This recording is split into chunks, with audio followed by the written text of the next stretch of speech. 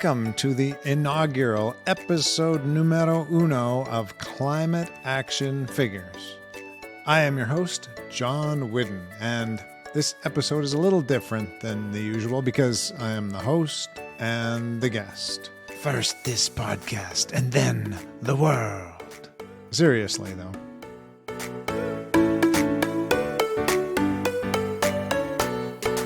You may wonder how this podcast came to be. Well, I'm going to tell you. I've been a teacher for many years, and in recent years, I've noticed that my students have been showing signs of stress about the environment, particularly about climate change. So one day I asked myself, what could I do about that? And the answer? I did a pile of research. This is no small pile. It was a massive pile of research. It actually took me about 2 years.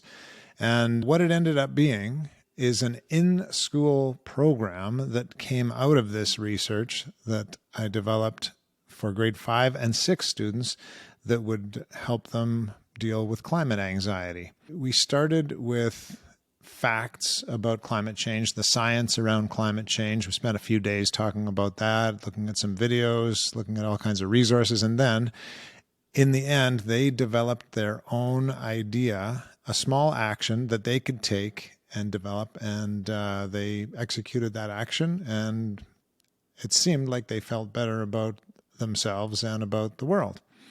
They had mitigated climate change in some small degree. What does mitigate mean? Well, I looked it up for you. The dictionary says mitigate is to make less severe or painful. So there you have it. They did that. Now, we all know that there's not one small action that will, or large action that will solve the problem. But as Margaret Mead, the great author, once wisely said, never doubt that a small group of thoughtful, committed citizens can change the world. Indeed, it's the only thing that ever has. So the students seemed to take a lot out of this program and some hope from their small actions. But then I got thinking, how could we share some of those actions? Because it was kind of cool to hear about them. But how cool would it be to hear about all kinds of actions that youth are taking all over the place? But where could we share those? A website? Meh. A podcast? Now we're talking. And that's how we got here. Now, along the way, I was interviewed by a CBC program and podcast called What on Earth? And I was very happy that they wanted to talk with some of the students who had been through this school program that I created. So the students that they chose, Abby and Cade, were super eloquent and passionate and spoke beautifully. So I thought, who would be the perfect guest for the first couple episodes of Climate Action Figures? You got it. Cade and Abby.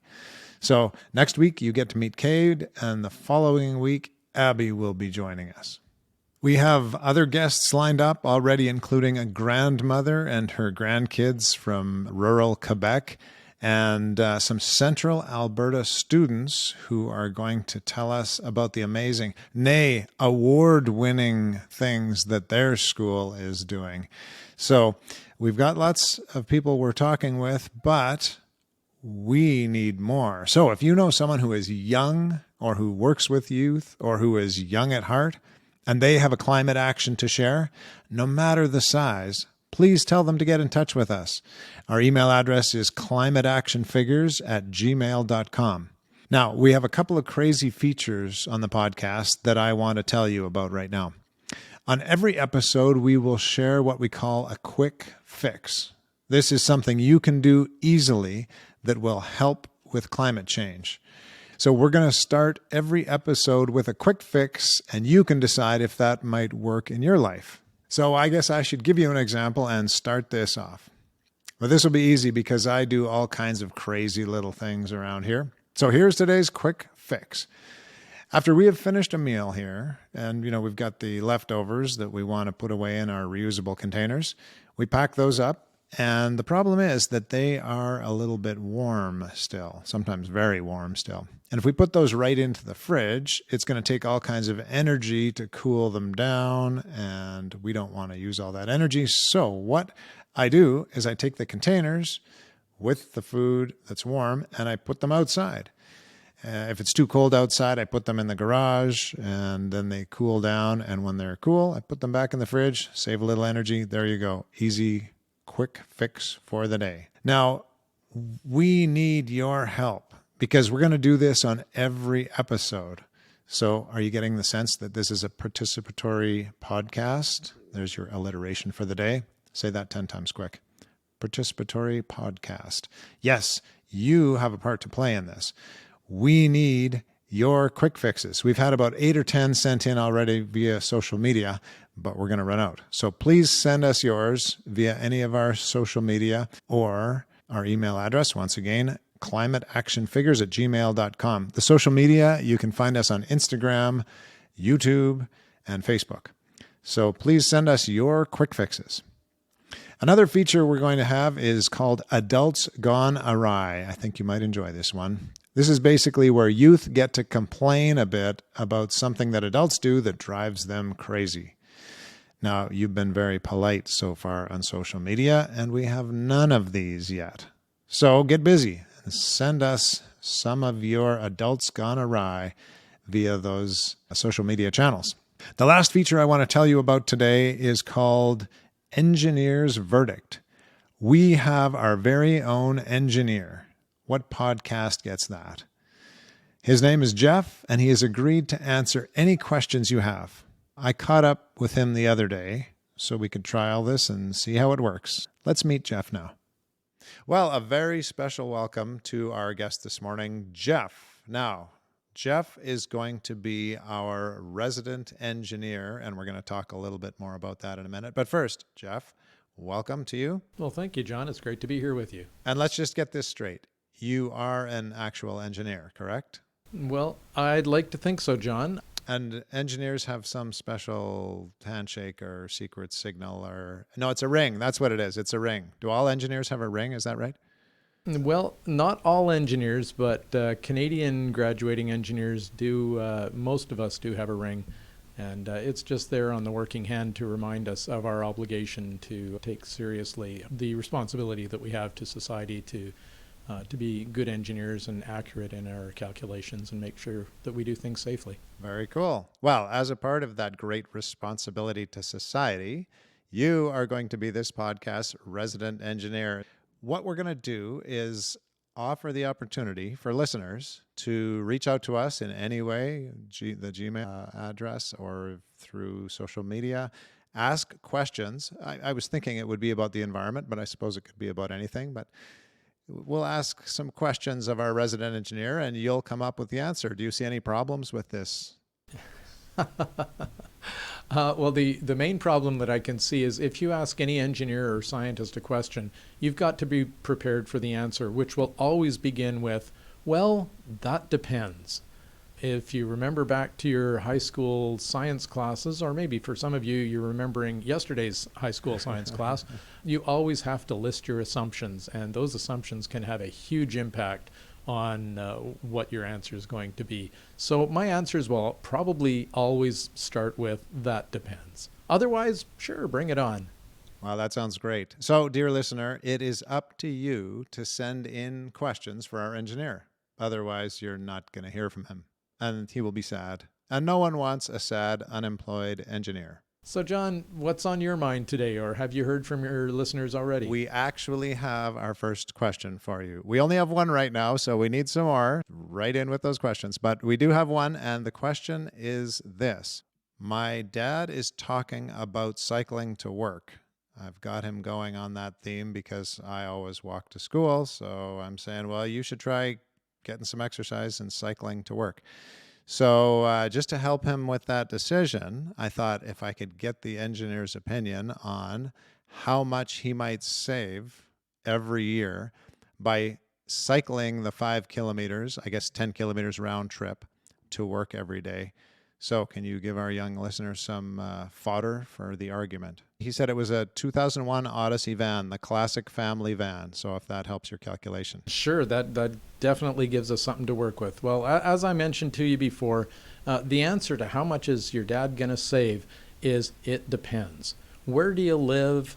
how good a shape is the van, all those kind of things. So let's just start by listing some assumptions. I'm going to assume that your 2001 Honda Odyssey has the 6-cylinder, 4-speed automatic transmission. I'm going to assume that all the maintenance was kept up to date and that the tires are properly inflated, all those good things that you would do to try and make sure that your vehicle's operating properly.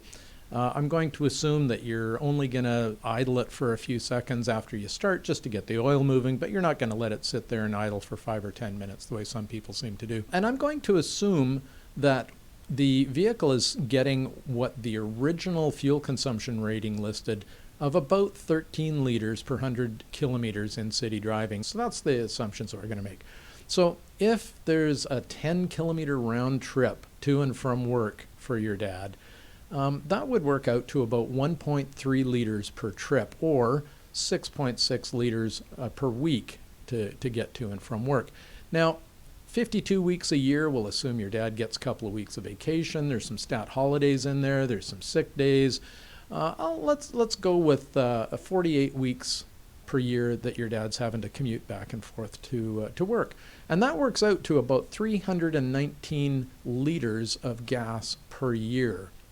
Now, what does that work out to in savings?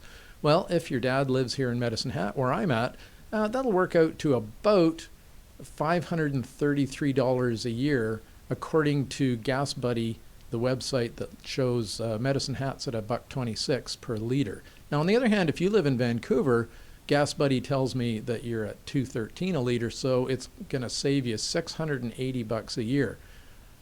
Now, what's just as telling about this is, according to the Natural Resources Canada website, saving that 319 liters of gas every year is also going to keep another 3/4 of a metric ton of carbon dioxide out of the atmosphere if your dad cycles to work. Wow, extra calculations. Well, there you go. There is one other thing I'd like to throw in here too.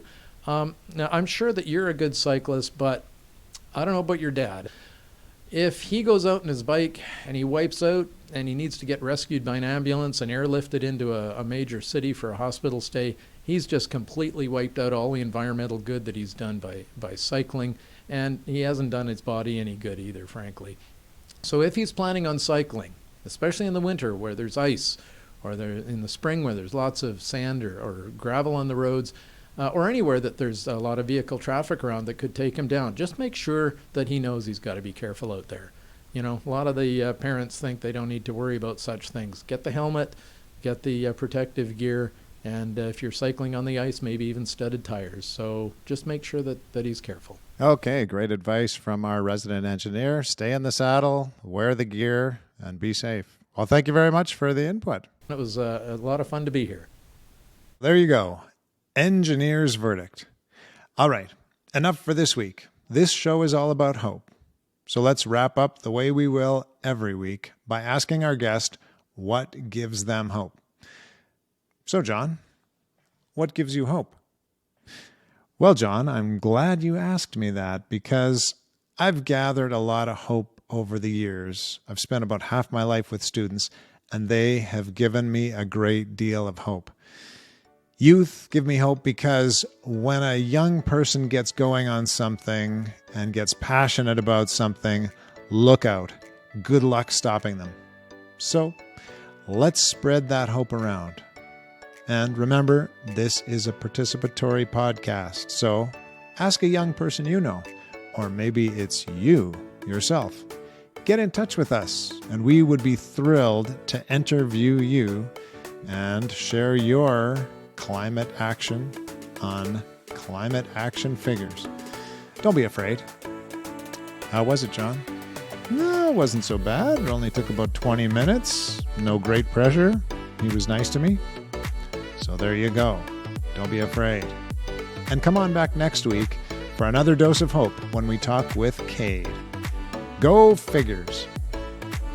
This has been Climate Action Figures. Our show is produced and hosted by John Whidden. Our creative consultant is Kayla McIntosh. Our theme song is Hawaii Vacation by Tavari. You can find us on Instagram, Facebook, and YouTube at Climate Action Figures. That's all one word. And if you have any other questions or comments that arose from this or any episode, feel free to reach out to us at climateactionfigures@gmail.com. And thank you for listening. We'll be back next week with another Climate Action Figure.